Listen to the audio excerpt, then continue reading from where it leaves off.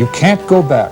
You can't recapture those simpler, quieter, more gracious times of the past. Everyone will tell you that. Well, everyone's wrong. Just 70 miles west of the hustle and bustle of Denver exists a time machine. Unlike H.G. Wells' time machine, this one's real. You can go back. You can ride a time machine. You can ride the Georgetown Loop Railroad.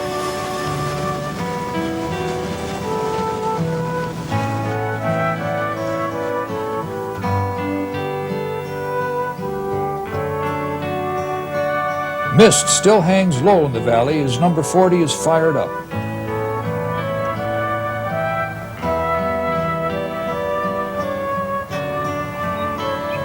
All steam engines used on the Georgetown Loop Railroad are oil burners.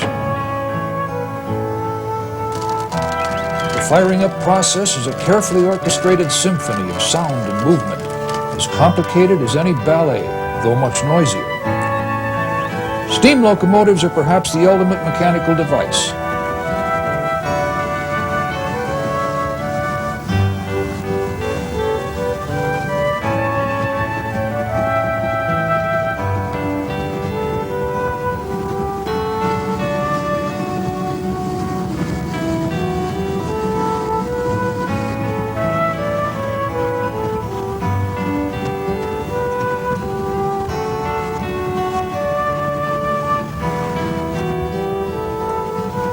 This locomotive and its stablemate, number 44, both pulled trains on the International Railway of Central America. They were located in El Salvador and made much of the trip to the United States border under their own steam power, not without incident, however. Number 40 was purchased in 1968, but political unrest kept the engine in El Salvador until 1972.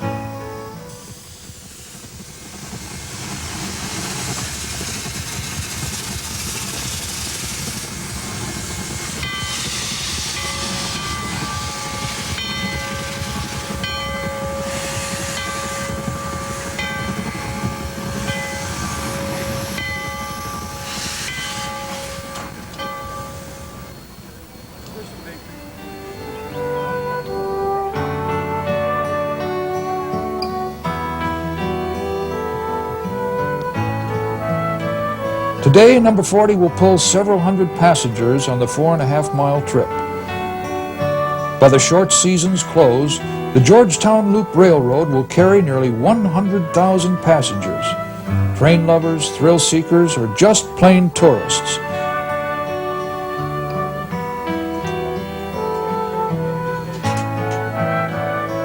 No special reasons are needed to ride a train like this.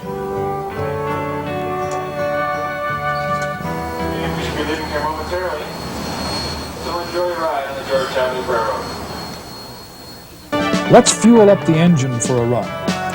A steam-powered pump on the right is hooked up to a steam line on the engine and pumps oil from the tanker on the left to fuel the engine to make the steam which pumps the oil. Sort of perpetual motion. And the result? Well, come on, let's take a ride. The locomotive has spent the night at Silver Plume, and it will hurry down to Georgetown. The train moves through the golden aspen and cool days of autumn, passing the Hall Tunnel, site of a mine. Mining caused this railroad to be built.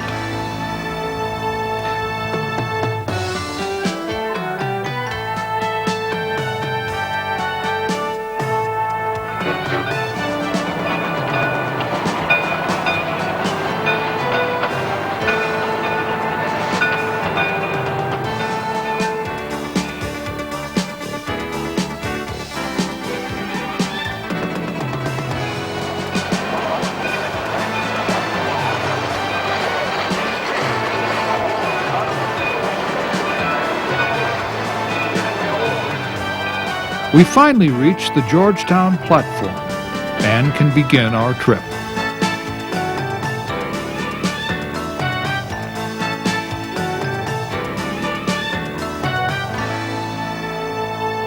We back down under the high bridge, so we can say we have made the complete circle of the loop, traveling over ourselves.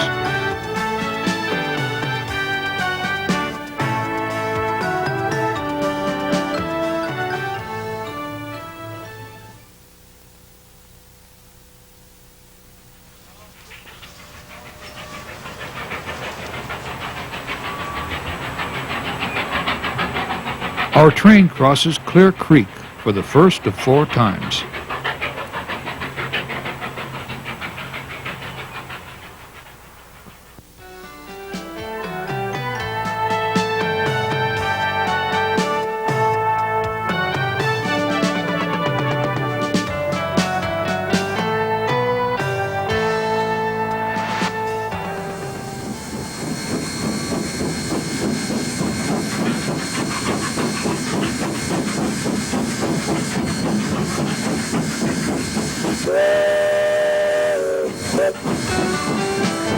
Rounding a curve, the locomotive eases out into Devil's Gate Viaduct, 300 feet long, 100 high, and the second crossing of Clear Creek.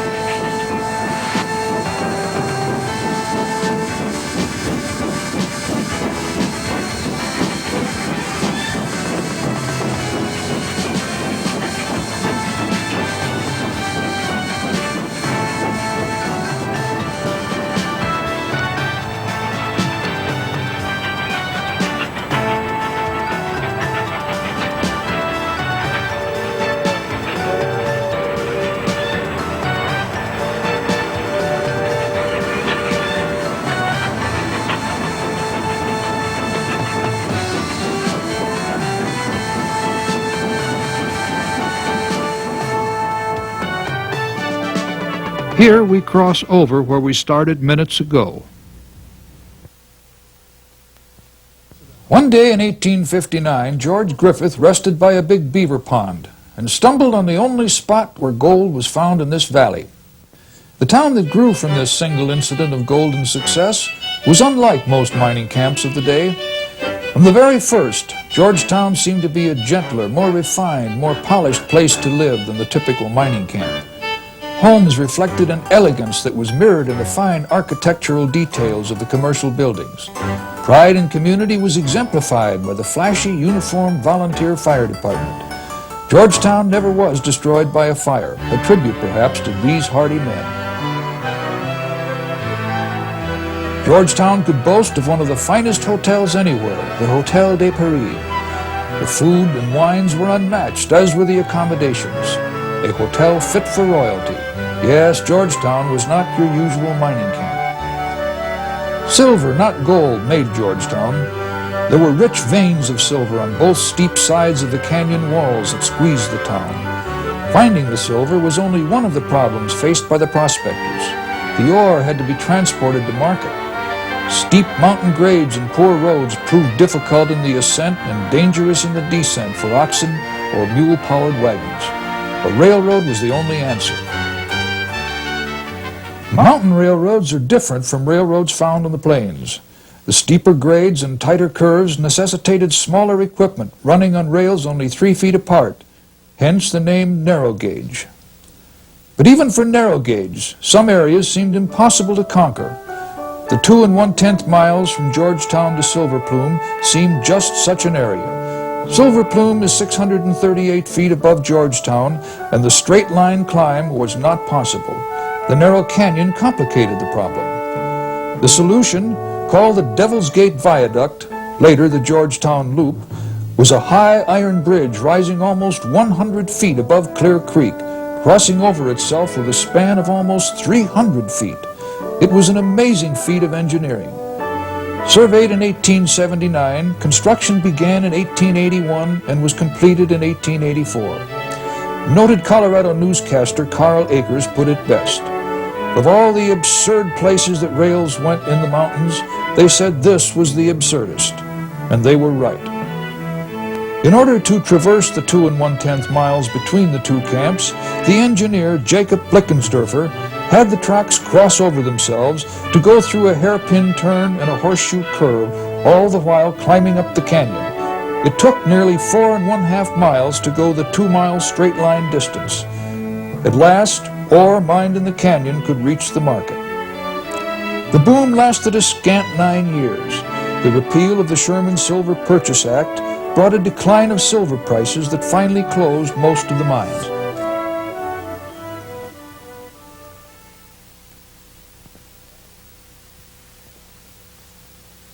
But all was not lost. Tourists had discovered the loop. The trip from Denver to Georgetown was an easy one-day excursion. The scenery was spectacular, and of course there was nothing like the Devil's Gate Viaduct anywhere. Tourists soon replaced ore as the paying load. This rare motion picture footage shows a tourist train going over the Devil's Gate Viaduct in 1904. This is one of the earliest known examples of a motion picture camera placed on a moving platform. It is also the only known motion picture footage of the original loop.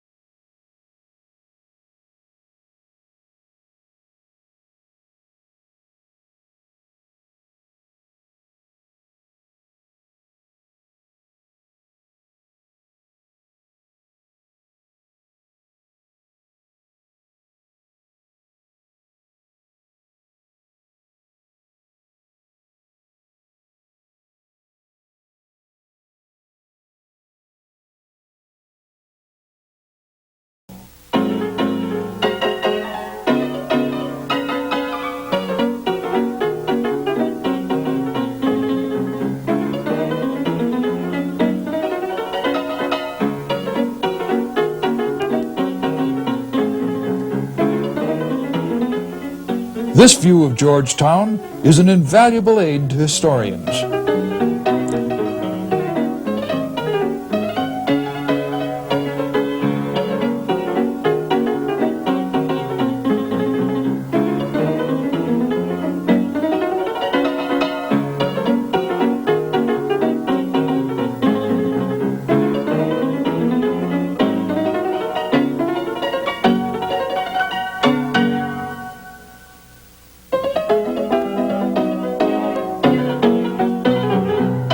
Tourism became Georgetown's and Silver Plume's sustaining industry. A vast array of souvenirs attest to the worldwide acclaim of the Georgetown Loop, postcards by the thousands. But there were other, more elegant keepsakes to take home. This magnificent sterling silver spoon, circa 1910, is engraved with the image of the loop in its bowl.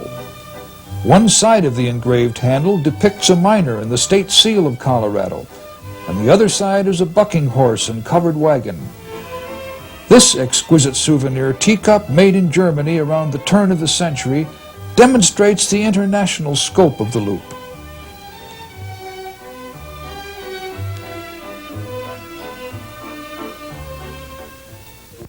No one expected to ride the train to Georgetown through the cool, clear air of autumn, or to again hear the sounds of steam engines echo off the canyon walls. No one except a few railroad enthusiasts and some far-sighted members of the Colorado Historical Society. When an interstate highway was to be built through the site of the loop, the Colorado Historical Society fought to have that highway relocated high on the canyon wall. Without that effort, the Georgetown Loop could never have been rebuilt. The Georgetown area had retained much of its charm and identity from its Silver Camp days. In 1966, both Silver Plume and Georgetown were designated as National Historic Areas. The Colorado Historical Society realized that a mining and railroad park would complete the area's heritage. The town has several museums, such as the famous Hotel de Paris and the restored Hamel House. But before we start the story of the loop's reconstruction, let's return to our trip and enjoy more of Colorado's scenery.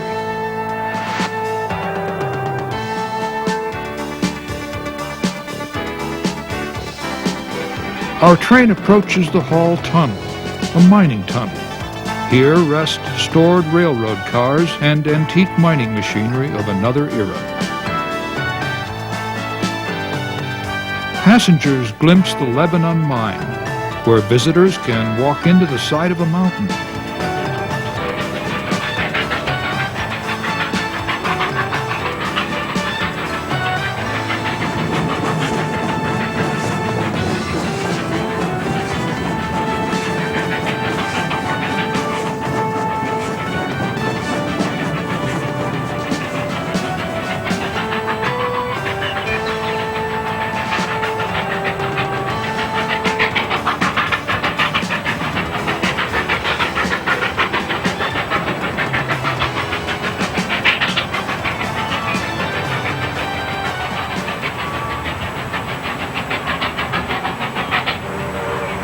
Our train crosses Clear Creek for the third time, this time over Turntable Bridge.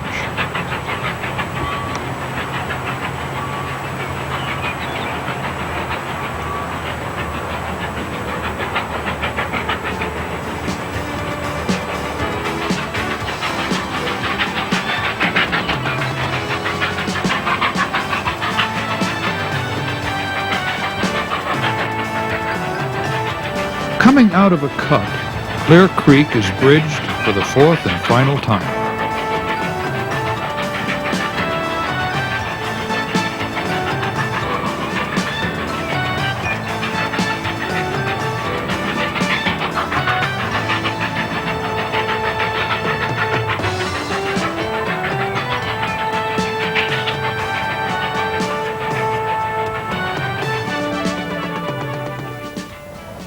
A firm with experience in running tourist railways petitioned the Historical Society to operate a railroad over the old right-of-way and was awarded a 30-year lease to do so. The Union Pacific, who once owned the loop, was very supportive. They donated 2.5 miles of rail if volunteers would dig it up. And then one of those minor miracles happened. It seems that the local U.S. Navy Reserve Mobile Construction Battalion, the Seabees, had gone a long time without building a railroad.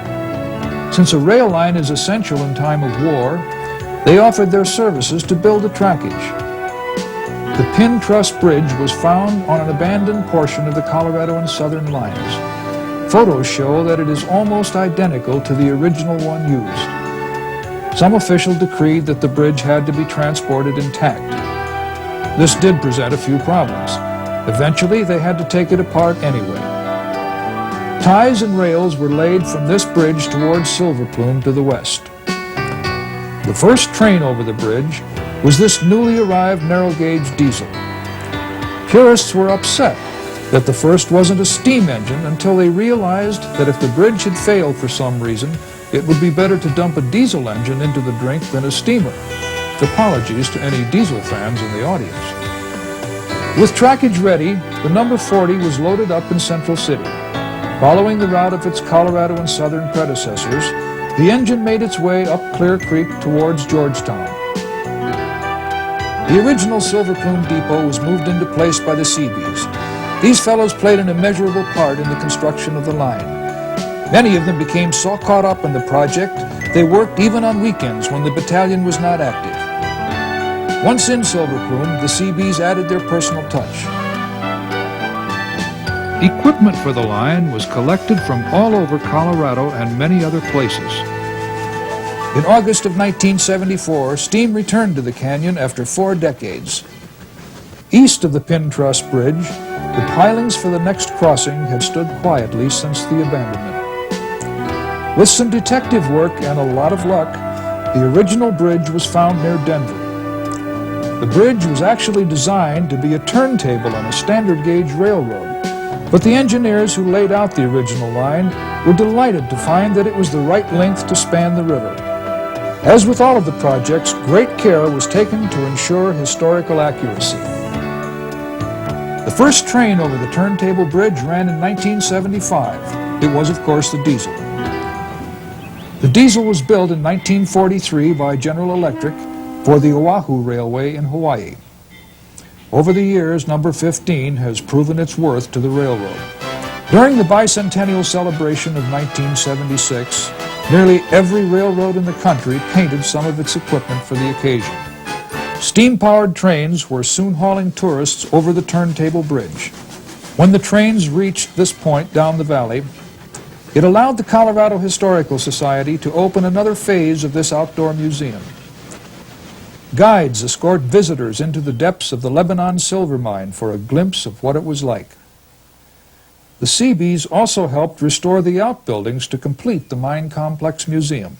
New projects, such as additional sidings to display equipment, as well as general maintenance, kept the railroad busy. But it seemed as if the railroad was destined to go no further. The next step would be to rebuild the high bridge. All that remained were the abutments. Conservative estimates put the cost at $1 million. Yet another miracle. Denver's Betcher Foundation offered a grant for $1 million to rebuild the High Bridge. Following that were grants of $400,000 from the Gates Foundation and $200,000 from the Atlantic Richfield Foundation. The loop would indeed be rebuilt. Construction began in June of 1983. When the original bridge was built, the railroad had a difficult time obtaining enough help. In spite of high wages, men would take the free train ride from Denver, take one look at the bridge, and slip off to get a much safer job in the mines. As each span was eased into place, at least one official would ride up with it on the crane. If you look carefully, you can still see some of the officials' fingerprints embedded in the steel where they had a grip. In an interesting case of completing the circle, the center span took a ride on the rails itself before assuming its new job of supporting rails. The structure was completed on September 25, 1983. But Colorado's weather took over. Rails were not laid until the following spring. The first train across the bridge was pushed by the diesel, quietly and with no fanfare or cameras around, on the night of May 30th, 1984. The diesel pushed this flat car loaded down with rock for ballast across First. Finally, at 7:58 a.m. on June 1st, Shay engines number 8 and number 14 backed down from Silver Plume and eased confidently onto the bridge.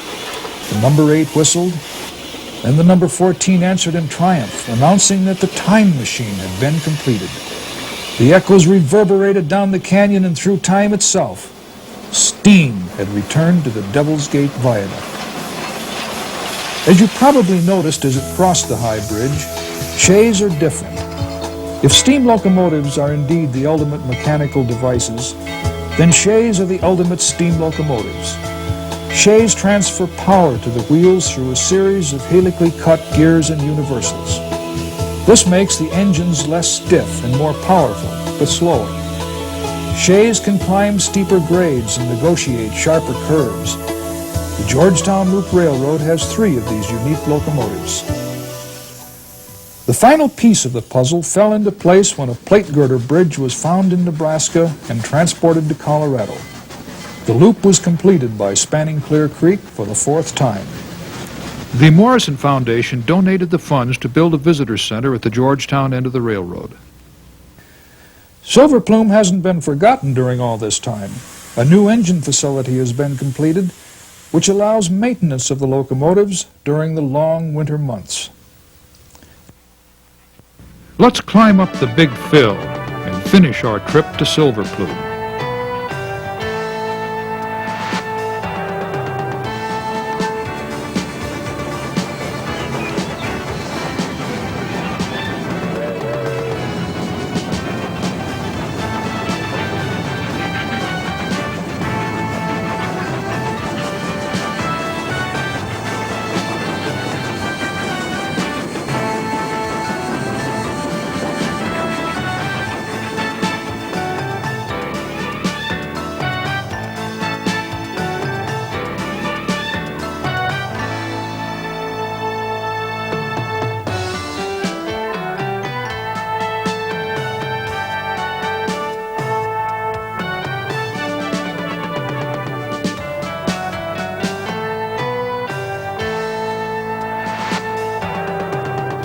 From the Big Phil, you can clearly see the Devil's Gate Viaduct and Georgetown in the distance.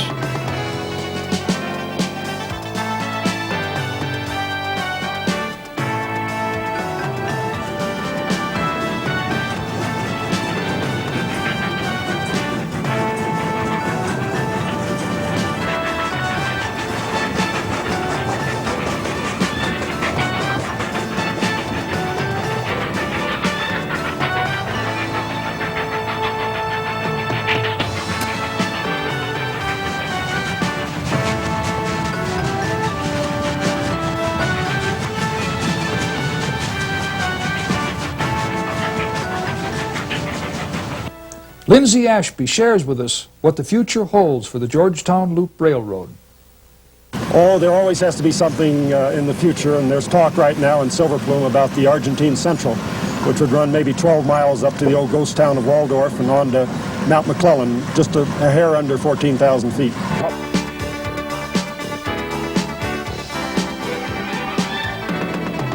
With the Colorado Railroad Museum, the Cumbres and Toltec, the Durango and Silverton, and of course the Georgetown Loop, narrow gauge railroading hasn't been this popular in Colorado since that first gold strike in 1859. Come on, ride a time machine. Ride the Georgetown Loop Railroad.